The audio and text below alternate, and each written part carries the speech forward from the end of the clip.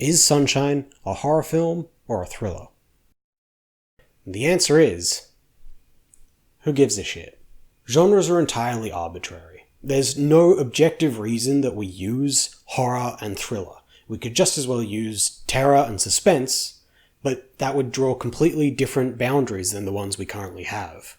As a top-down institution, genres are meaningless, and they don't help anyone either.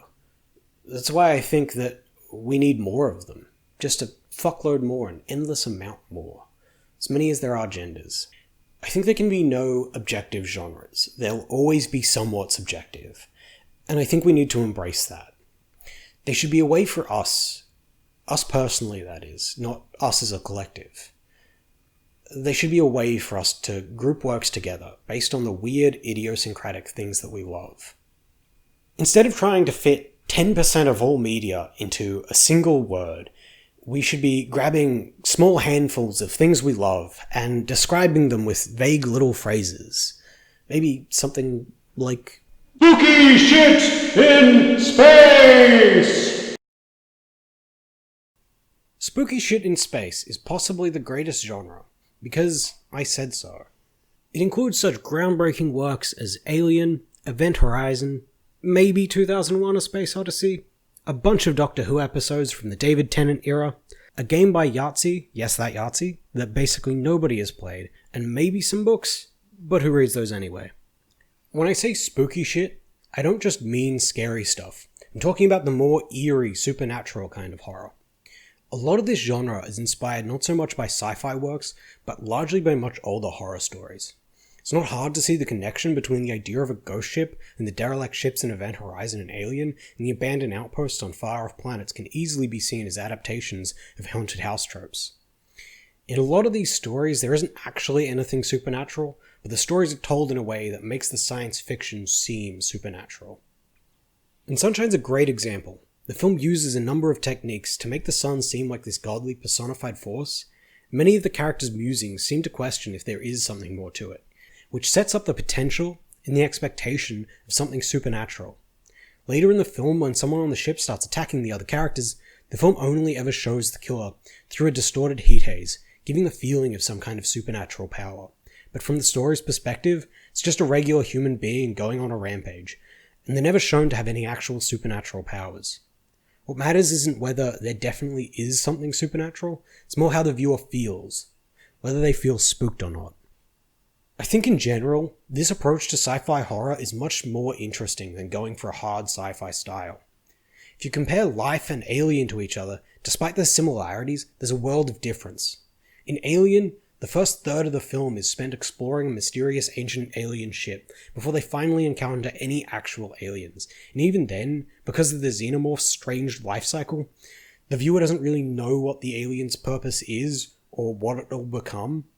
This leaves the viewer unsure what degree of separation from reality the fiction is working on. The xenomorph could be some kind of ancient evil just as much as it could be a genetically engineered weapon. Life, on the other hand, gives us the feeling that this is just an animal, and then, oh no, it's going to kill people. What little mystery and lack of understanding we have of the alien feels unimportant. We might be scared for the characters and the situation, but we'll never feel spooked. A large amount of my interest in this genre is just the aesthetic underpinnings, but I think there's a lot to the themes often in these kinds of stories as well.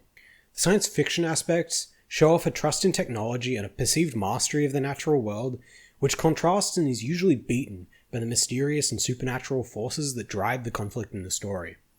This kind of story is important these days because we have this strange and endless trust in technology and a tendency towards believing in a naive philosophy of scientific materialism.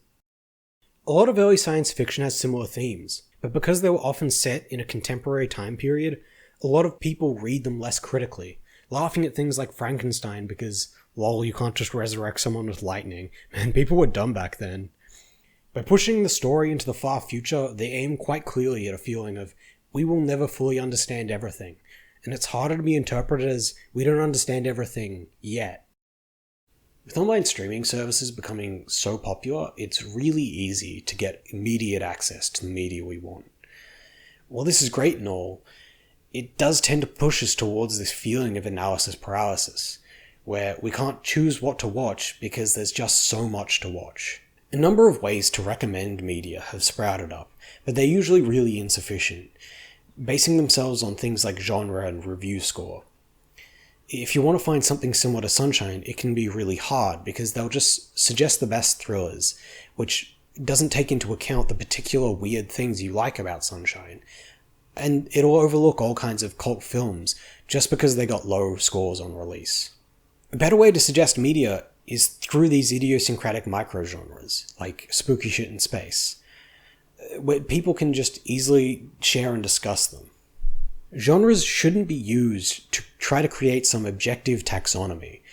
We should be using them as this always incomplete and subjective mess that we can share with each other. Thanks for watching. With all that out the way, here's just some recommendations for good spooky shit in space. Event Horizon's kinda trashy, but I think it's pretty rad. It ticks the most boxes on the list of spooky shit in space tropes. It's got a derelict spaceship, it's got a space captain going crazy. There's some tension around the connection between the two ships, and it plays some is it or isn't it games with the supernatural elements. Also, it's got Sam Neill in it, and I just like Sam Neill. Unlike Event Horizon, which weaves its science fiction aspects into the supernatural, 7 Days a Skeptic just plops some old-school ghost movie bullshit onto a spaceship, and yet it just works so well. I think by not attempting to fit the two together, it creates a contrast that I haven't really seen in anything before, and I think the feeling of empowerment that science fiction builds up is really successfully knocked back down by the absurdity of the supernatural stuff. So I thought about recommending 2001: A Space Odyssey here, but you've probably already watched it or been told a million times on YouTube about how great it is. So instead, I'm going to tell you about 2010, The Year We Make Contact. It's the weird, often forgotten sequel to 2001. It's also the origin of a lot of the aforementioned tropes that found in Event Horizon. And there's probably a consensus among critics and film buffs that it ruins the legacy of the original. But don't listen to them, listen to me. It's great. I think it builds on it pretty well. I don't know, just watch it.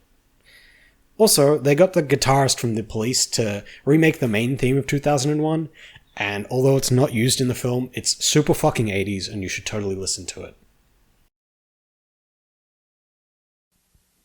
My God, it's full of stars.